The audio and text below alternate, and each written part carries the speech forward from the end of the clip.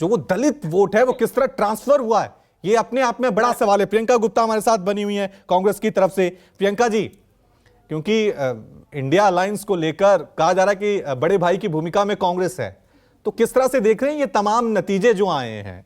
चाहे पश्चिम बंगाल की बात करें, केरल में आप जीते हैं और यूपी में भी आपने जीत हासिल की है, लेकिन केरल में तो आप इंडिया अलायंस के ही लोगों से लड़ते हुए नजर आए, तो इसे इंडिया अलायंस की जीत कैसे कह सकते हैं?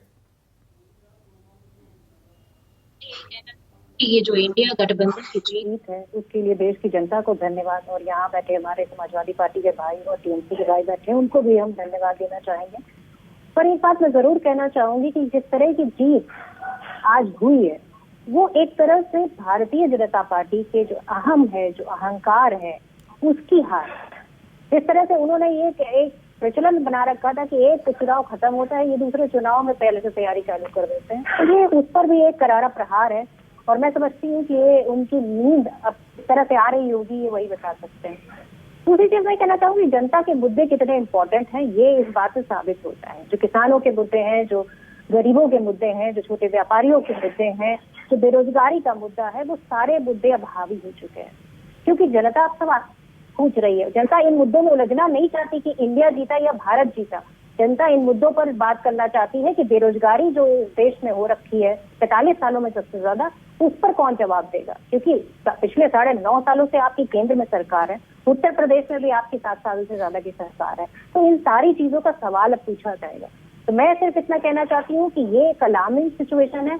और रही बात गठबंधन की, तो गठबंधन अपना जो है सारी चीजें तय हैं और सारी चीजें मिलकर ही काम हो रहा है। मुझे नहीं लगता इसमें किसी तरह के कोई भेदभाव नजर आ रहा है, क्योंकि ये गठबंधन की जीत है। जिस तरह से सभी लोग ये कह रहे हैं कि ये गठबंधन की जीत है। लेकिन प्रियंका जी ये गठबंधन की जीत है, लेकिन प्रियंका जी ये गठबंधन की जीत है। 2 मीटिंग के बाद 200 रुपए सिलेंडर पे कम हो गए, ठीक है, उससे भी जो है भारतीय जनता पार्टी ठीक है प्रियंका जी, डर है वो साफ दिख रहा है। मुझे लग रहा है कि और जिस तरह से मीटिंग होती चली जाएगी, भारतीय जनता पार्टी किस तरह से जनता के लिए सोचने पर मजबूर हो जाएगी, वो भी एक देखने वाली बात होगी। ठीक है प्रियंका जी, मैं कह रहा हूँ गठबंधन की, जिस तरह से ठीक है प्रियंका जी सुन लीजिए, मैं कह रहा हूँ अगर ये गठबंधन की जीत है, लेकिन इस जीत ने एक मैसेज दिया है कि अगर यूपी में, अगर मेरी आवाज आप तक पहुंच रही है?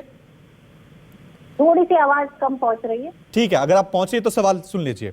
अगर ये गठबंधन की जीत है तो इस जीत ने एक मैसेज भी दिया है कि यूपी में कांग्रेस को बहुत पीछे हटना होगा, बहुत कुर्बानी देनी होगी। पिछली बार 10,000 वोट लिए थे कांग्रेस प्रत्याशी ने इसी सीट पे, इस बार वो नहीं थे तो समाजवादी पार्टी जीती।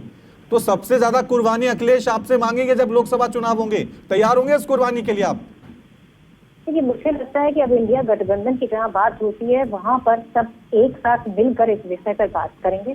और मुझे लग रहा है कि ये चर्चा कई दिनों से चल रही है, उस पर एक सीधा तौर से ये साबित हो जाएगा कि जहाँ जहाँ क्षेत्रीय दल मजबूत हैं वहाँ उन्हें ज्यादा संख्या में लड़ाई करनी होगी, और जहाँ जहाँ हम मजबूत होंगे वहाँ हम ज्यादा संख्या में लड़ाई करेंगे।